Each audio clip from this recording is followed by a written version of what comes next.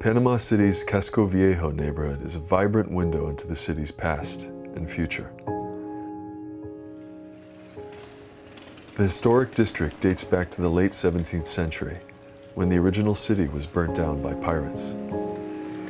After falling into disrepair, it's experienced a wave of gentrification that has brought boutique hotels, museums, top-class restaurants, and nightlife. But just a short walk away from Casco is El Chorrillo, a neighboring barrio with a reputation for violence that has long been a no-go zone for outsiders. The area was devastated by the 1989 U.S. military invasion to oust President Manuel Noriega, a convicted drug trafficker. Gang violence grew in its aftermath.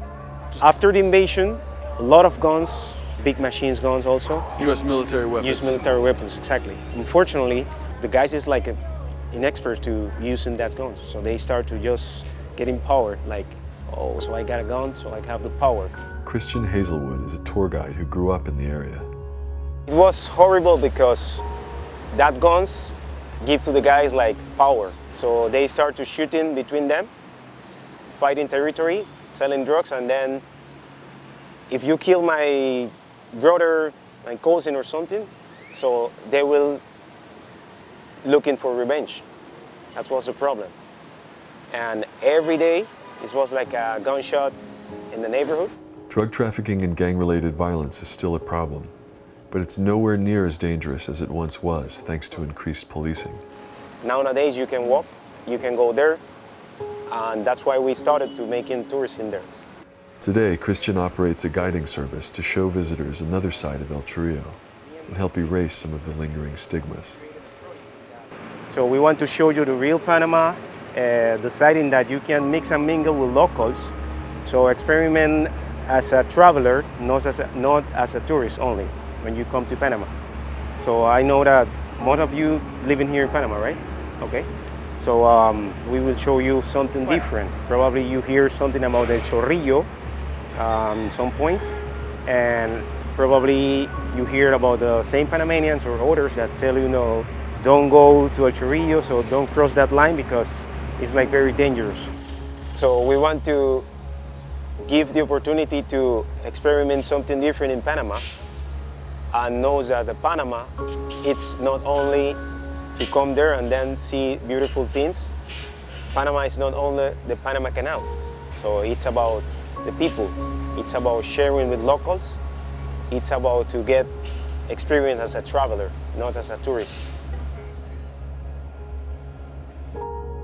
El Chorrillo came into being more than 100 years ago as a home for workers involved in the construction of the Panama Canal, many of whom came from the Caribbean. This hardworking pedigree has produced some of Panama's cultural icons, from salsa legend Ruben Blades to boxing great Roberto Duran, whose images are featured in colorful murals around the neighborhood. One of the still active gangs also living in that side.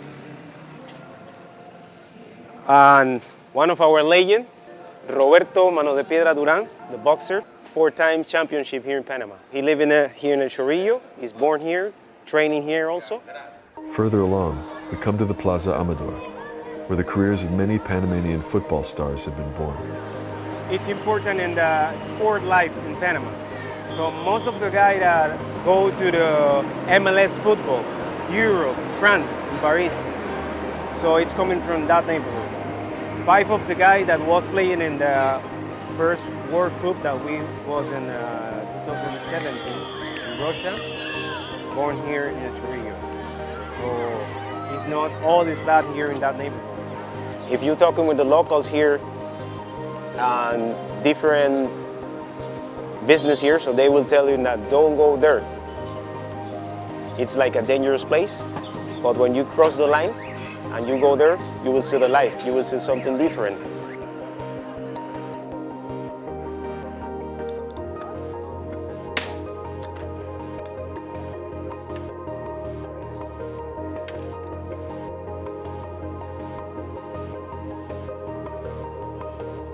El Chorrillo es algo especial.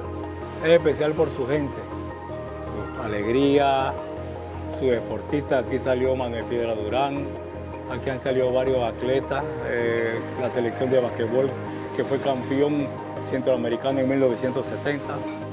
Cuando se habla del Chorrillo, que tú vas por ahí, que Chorrillo, oleantería, banda, me pueden robar, me pueden matar, ok. Pero el Chorrillo son gente trabajadora como los que están allá enfrente, como mi persona. At his hole-in-the-wall shop, Antonio Bilas is the third generation in his family to make the country's legendary Panama hats by hand. Este es mi abuelo. Después de este negocio de arreglar sombreros, planchar sombreros, arreglar sombreros pasó a mi papá, mi padre. Y después mi padre, ya todo está muerto, después mi padre pasó a mi persona, este soy yo. Yo tengo que ponerle una goma para poder endurecerlo. Ahora le explico. Todo lo que se hace manual, no tengo nada porque hay muchas cosas que tienen máquinas que prensan. Bueno, yo todo lo que hago es manual porque eso fue lo que me dio mi abuelo. Esa es una tradición, es un arte que quizá por el movimiento que hay de arreglar sombreros de la situación del país, hay poco movimiento. Ahora aquí arreglamos sombreros de toda clase. Tú puedes traer un sombrero de fieltro, un sombrero Panamá, sombrero de nylon, sombrero de vaquero, sombrero peruano, chalán. Se arreglan todas clases. Although gang violence has had an impact on customer traffic, Ubilis says that with more than 5 decades in business, he's here to stay. En estos tiempos, en esta hora, el día esto está tranquilo. Ya después de cierta hora yo no estoy por aquí, porque yo vivo en el área oeste. Y él salió aquí a las 6, 7 y no he tenido problemas. Digo, a veces los problemas que se dan es entre ellos mismos. 35 years after the U.S. invasion that ousted Noriega and gave rise to the gangs, the legacy of that conflict is everywhere in El Chorrillo.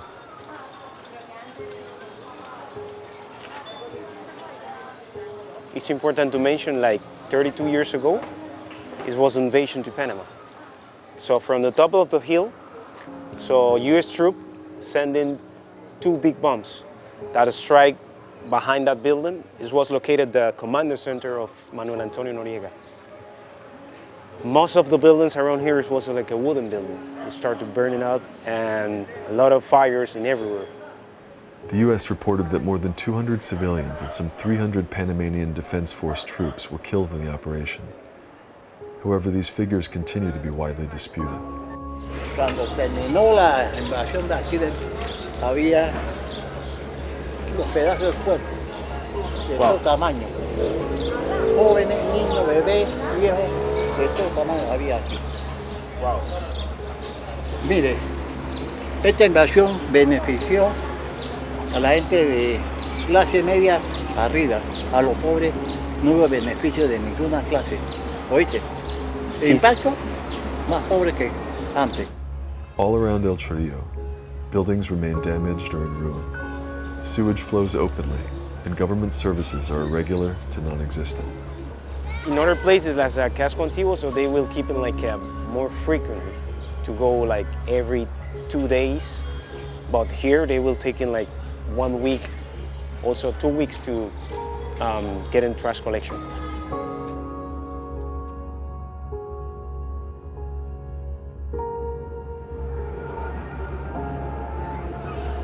Hard as it is to imagine now, it wasn't long ago that Casco Viejo was a rundown area dominated by gangs. One of the most fearsome occupied this hotel overlooking Plaza Herrera. Back in the day, this used to be the headquarters of a gang leader. That place was considered like very dangerous. Now it changed. And if you're looking around, you will see like all the places is like luxury hotels, restaurant. But before that, you can't walk there because you get like immediately grab your necklace, camera, cell phone, because even for me as a local, like it was a little bit dangerous. These days, rooms at the American Trade Hotel cost several $100s a night. The hotel's restoration was spearheaded by Casey Harden, an American developer behind dozens of projects in the area. When I got to Casco, you could see potential. I mean, you can walk these streets, the human scale streets, you can feel that something, great could come out of here, but it had been really deteriorating for, at least 100 years. But I fell in love with the place. It was something that you don't find a place that invites you to be a part of a transformation very often, and I think we built hotels and apartments, we built offices, we built retail, we built the most expensive apartments in the city, and we built the most affordable apartments in the city, within a couple blocks of each other. In a historic district like this, it all sort of fits together really well. It's kind of, that variety is actually part of what makes a neighborhood, healthy and work. So we've done a bit of everything. How have investors such as yourself and others who have come from outside the country tried to integrate the local community into your projects? I wouldn't say we went to a lot of effort to create jobs, because the jobs are created. What we've gone to a lot of effort to do is create programs and pathways to equity, essentially, is the way we look at it. So ways that people who have been historically marginalized can come in and own a piece of something that floats. And we focus a lot on the gangs. That was one of the places where there was funny enough, there was a quick win to be had, in the sense that they were at an age they could work. A lot of them wanted to work, and it was really just a matter of creating the conditions, both training on their side, but also preparing the employers to take them on. Enseñarle a los jóvenes o familiares de nosotros mismos de la comunidad de que puedan ver cómo nosotros pudimos desarrollar esta idea, ¿no? Y cambiar nuestra manera de vivir. But not everyone is happy about the way Casco Viejo's renaissance has unfolded.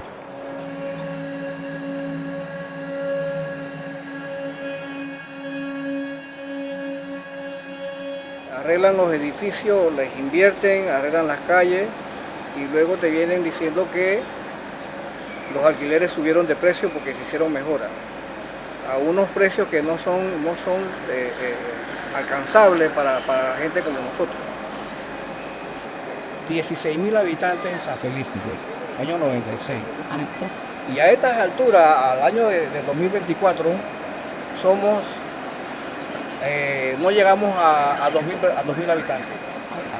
O sea que 14.000 fueron sacados. And so all of this development is taking place. But the hardest thing there is to make sure that opportunity and development reaches every sector of society. And that is where we are not there yet. Juan Carlos Navarro is the former mayor of Panama City, a longtime resident of Casco Viejo.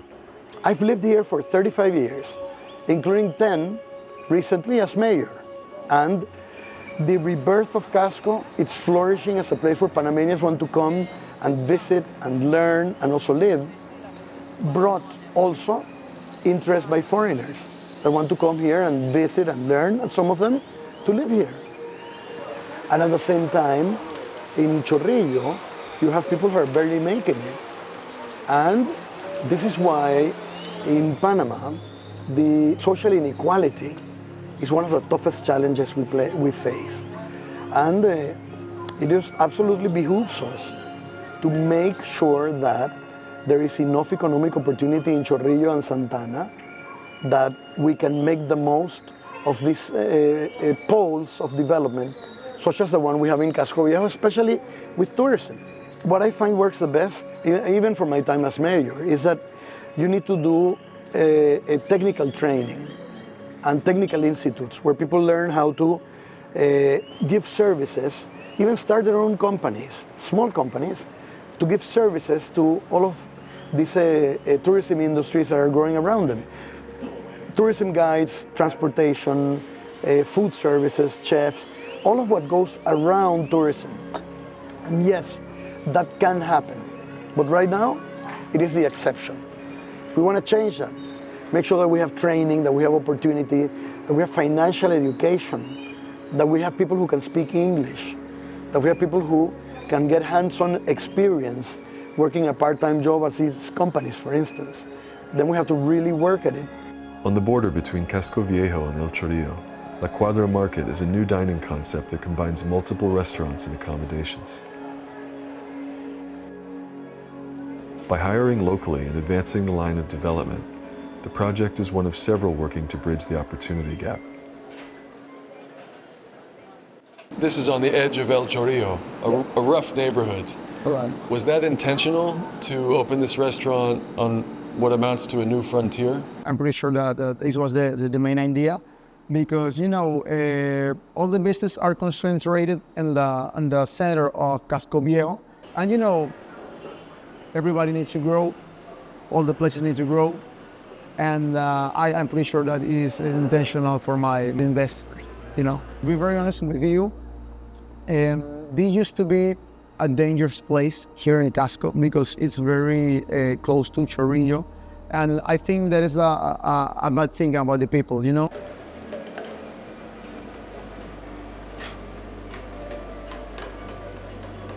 As a restaurant, as a business, we try to help the people around us. We try to hire people, from the community, and I'm pretty sure that, is the new beginning here in Casco. I think that is the proof that open new restaurants or new business in this place, it's good. It's good for everybody. Inside El Chorrillo, improvements are coming more slowly than people would like, but they are coming. Roberto Duran's old gym is getting a long overdue renovation. Private resources are helping to cultivate the next generation of athletes. And local entrepreneurs like Christian are launching programs to help youngsters seize opportunities in the growing arts and tourism sectors, priming them to lead the revival of El Chorrillo and other disadvantaged areas. We create a program with the kids, call it Local in PTY Kids, in that we teaching some English classes for them through different activities. So people from everywhere came here to Panama, spend 1 hour, 1 day per week to teach some English classes. So doing like singing, yoga, so painting, and then we believe that this is the best key to change the world, to change the mentality, and then change the neighborhoods, and change the bad reputation that El Chorrillo have. Okay guys, hope that you enjoyed the time with us today, and then nuevamente agradecerles y que hayan pasado un buen día.